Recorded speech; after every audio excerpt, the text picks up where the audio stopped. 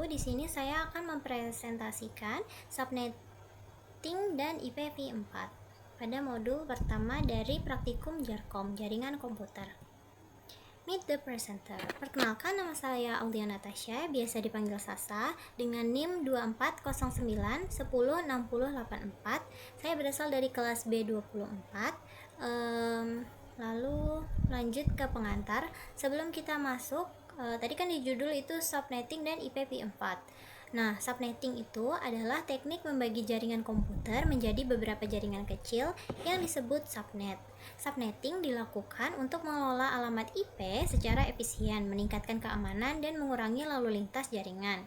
IPv6 sendiri merupakan singkatan dari Protokol Internet Protocol version 6, yang merupakan versi terbaru dari protokol internet. Protokol komunikasi yang menyediakan sistem identifikasi dan lokasi untuk komputer di jaringan dan merutakan lalu lintas di internet. IPv6 sendiri dikembangkan oleh IETF untuk menangani masalah kelelahan alamat IPv4 yang telah lama diantisipasi. Nah, untuk format IP address, sini ada IPv4 yang ditulis sebagai 4 kelompok angka desimal yang dipisahkan oleh tanda titik. Setiap kelompoknya terdiri dari 8 bit dengan range 0 hingga 255, sehingga IPv4 terdiri dari 32 bit. Nah, dari nilai X sendiri, nilai X yang di sebelah bisa saja 0 atau 1. Biasa disebut dengan bilangan biner. Untuk contoh IPv4 sendiri ada 192.168.07. Nah, untuk IPv6 itu merupakan versi terbaru ya tadi dari protokol IP yang digunakan yang ada atau hadir itu untuk menggantikan IPv4. Nah, IPv6 ini memiliki panjang 128 bit. Dia jauh lebih besar daripada IPv4 yang cuma 32 bit. Lanjut. Di sini saya akan menjelaskan layer OSI dan TCP/IP. Di sini gambar menunjukkan bahwa 7 lapisan OSI disederhanakan menjadi 4 lapisan dalam TCP/IP. Nah, kenapa sih kayak 3 lapisan dari OSI, yaitu application, presentation, dan juga session itu digabung menjadi satu di application dalam lapisannya TCP/IP. Sebenarnya tuh karena di TCP/IP ketiga fungsi dalam OSI ini dianggap sebagai bagian dari aplikasi yang berjalan di komputer. Jadi karena hal tersebut itu kalau di TCP/IP itu digabung jadi satu lapisan saja. Nah, untuk lapisan transport pada OSI itu tetap sama dengan lapisan TCP/IP pada lapisan TCP/IP. Karena kedua fungsinya tetap sama, yaitu untuk menangani pengiriman data dari satu host ke host lain dengan protokol seperti TCP dan UDP. Lalu untuk network layer pada OSI itu sama juga dengan network layer pada TCP/IP. Nggak ada yang berubah. Mereka tuh tetap sama-sama nanganin routing dan juga alamat IP. Lalu lanjut ke di sini pada layer OSI, data link dan physical ini digabung pada layer network interface pada layer TCP/IP. Kenapa digabung jadi satu? Karena pada TCP/IP keduanya itu dianggap sebagai satu bagian yang mengatur komunikasi fisik di jaringan. Makanya digabung menjadi satu lapisan yang disebut sebagai network interface. Nah, bisa kita lihat di sini, memang TCP/IP ini lebih praktis karena hanya fokus pada fungsi utama dalam jaringan. Sedangkan OSI, dia lapisannya lebih detail, terus membedakan setiap tugas dalam komunikasi data. Nah, jadi perbedaan dari kedua layer ini tuh bukan cuman sekedar TCP/IP ini penyederhanaan dari OSI, itu bukan. Tapi karena TCP/IP ini lebih fokus sama implementasi jaringan nyata daripada OSI yang lebih fokus ke konsep teori komunikasi data. Oke, lanjut ke layer selanjutnya. Nah, di sini IPv4 itu dibagi menjadi beberapa kelas. Yang pertama ada kelas A dengan yang memiliki rentang alamat dari 0,0000 sampai 127.255.255.255 dengan net max 255.000. Nah, lalu ada kelas B yaitu yang memiliki rentang alamat dari 128.000 sampai 191.255.255.255 dengan net max 255.255.000. Lalu lanjut ke kelas yang C, itu ada rentang alamatnya mulai dari 192.000 sampai 223.255.255.255 dengan net max 255.255.255.0. Lanjut, yaitu ada kelas D dengan rentang alamat itu 224 ya, 224.00 sampai 239.255.255.255. Untuk kelas E memiliki rentang alamat 24000 hingga 255.255.255.255. Lalu kelas A, B, dan C itu dipublish untuk umum, sedangkan kelas D itu digunakan untuk pengalamatan multicast dan kelas E itu digunakan untuk pengalamatan research IETF. Lanjut. Nah, masih di pembagian kelas IPv 4. Di sini bisa kita lihat kelas A itu memiliki format NHHH, di mana N sendiri merupakan alamat jaringan dan H ini merupakan alamat host. Dengan N ini network ya, bisa juga disebut network dengan sama 3 byte untuk host. Nah, dengan range alamat 1000 sampai 126.000 dengan jumlah host maksimalnya 2 × 24 dikurang 2. Jadi dalam satu jaringan ini bisa ada maksimal 16.777 perangkat yang terhubung. Nah, untuk kelas B, karena jumlah host yang sangat maksimal host yang sangat besar, kelas A ini jarang digunakan untuk jaringan lokal. Lalu lanjut ke kelas B dengan format 2 byte untuk network dan 2 byte untuk host.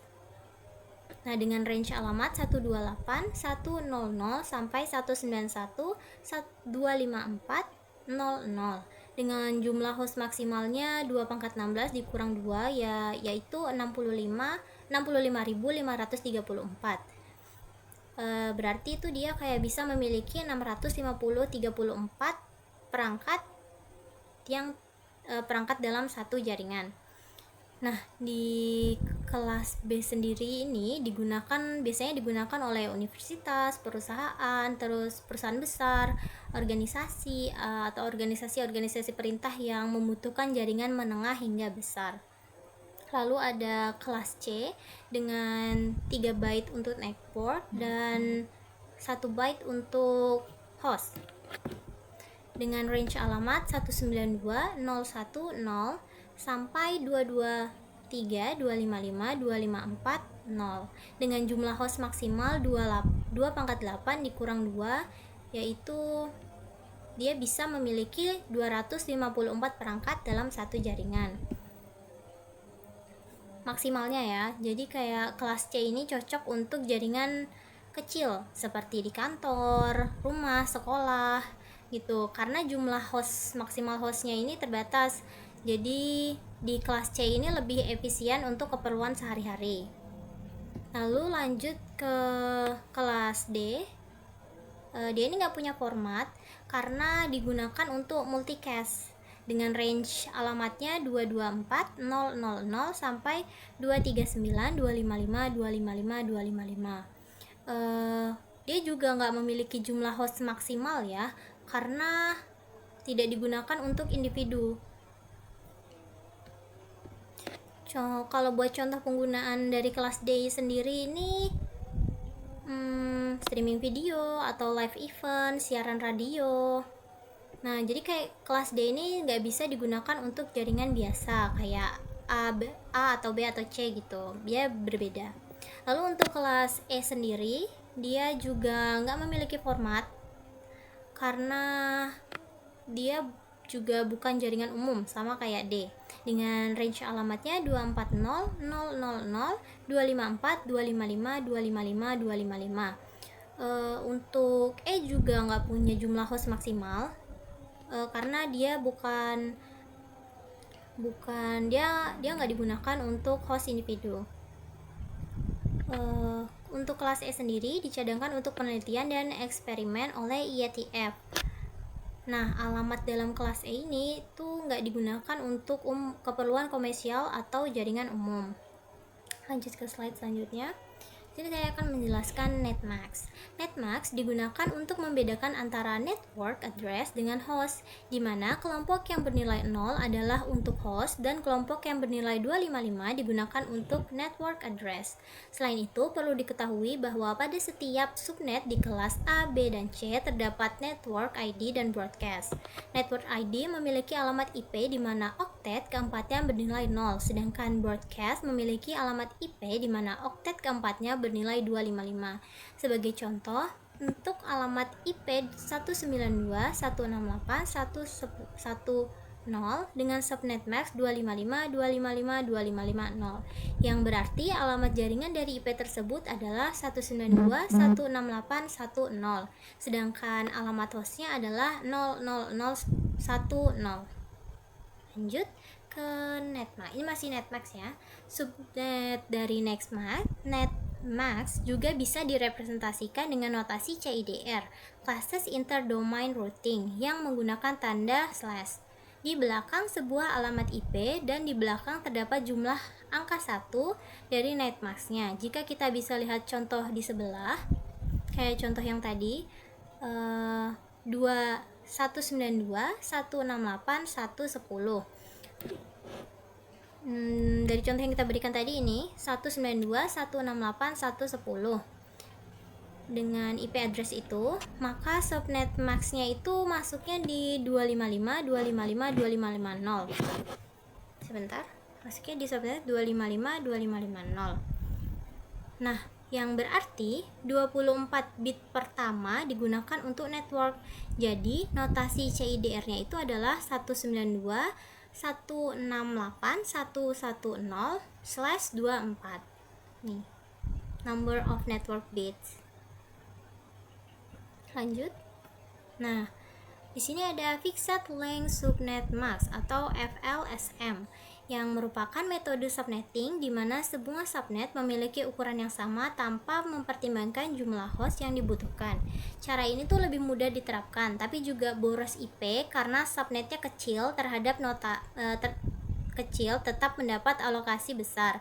Misalnya, kalau jaringan butuh 20 host, FLSM tuh tetap memberikan /27 atau 32 alamat gitu, sehingga 12 alamatnya tuh bakal kebuang.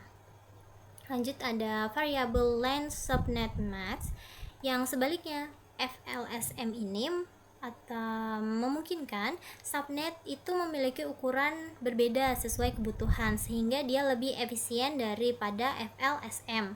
Misalnya jaringan dengan 20 host itu bisa memakai 2/27 atau 32 alamat. Sementara jaringan dengan 5 host itu cukup memakai /29 atau 8 alamat. Nah, dengan FLSM, penggunaan alamat IP itu jadi lebih optimal dan nggak ada yang terbuang sia-sia. Jadi menjadikan FLSM lebih fleksibel dibandingkan FLSM. Nah, maksudnya VLSM itu lebih fleksibel daripada FLSM. Lanjut, di sini ada Internet Protocol version 6 atau IPv6. Di sini saya akan menjelaskan kembali lagi IPv6. Nah, balik lagi, IPv6 ini dikembangkan oleh Internet Engineering Task Force, yaitu IETF, sebagai penyempurnaan dari IPv4 dengan panjang 128 bit. Dan IPv6 ini menawarkan kapasitas alamat yang jauh lebih besar serta fitur-fitur canggih untuk meningkatkan efisien dan keamanan jaringan. IPv6 memiliki ruang alamat lebih besar, mendukung miliaran perangkat tanpa NAT. Struktur hierarkis meningkatkan efisiensi routing, sementara konfigurasi otomatis mempermudah pengelolaan jaringan.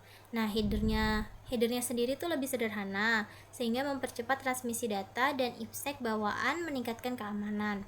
Selain itu, mobilitas lebih fleksibel dan QoS lebih baik, memastikan kelancaran layanan seperti VoIP dan streaming.